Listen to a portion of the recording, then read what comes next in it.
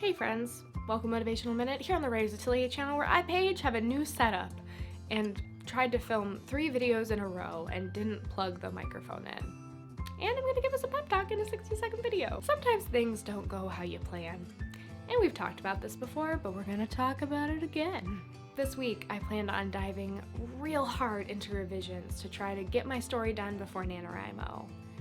And instead, I got super sick and behind on everything. Does that mean I'm gonna give up? No. Did I think about giving up? Kinda. And giving up doesn't mean not finishing the story ever. I just thought to myself, well, maybe I won't do NaNoWriMo. Maybe it's not for me this year. And that is silly. Just because you're behind on your goals doesn't mean you're not gonna finish your goals. Get back on that horse. Start writing again. And if you're sick like me, maybe that means making a cup of tea, taking your laptop into a snuggly spot with a million pillows, and getting the work done that way. Give yourself time to rest, recover, get the work done. I believe in you, and make sure you're believing in yourself. Subscribe for more motivation and inspiration. Check out all the links below, and I will see you next time. Bye, everyone!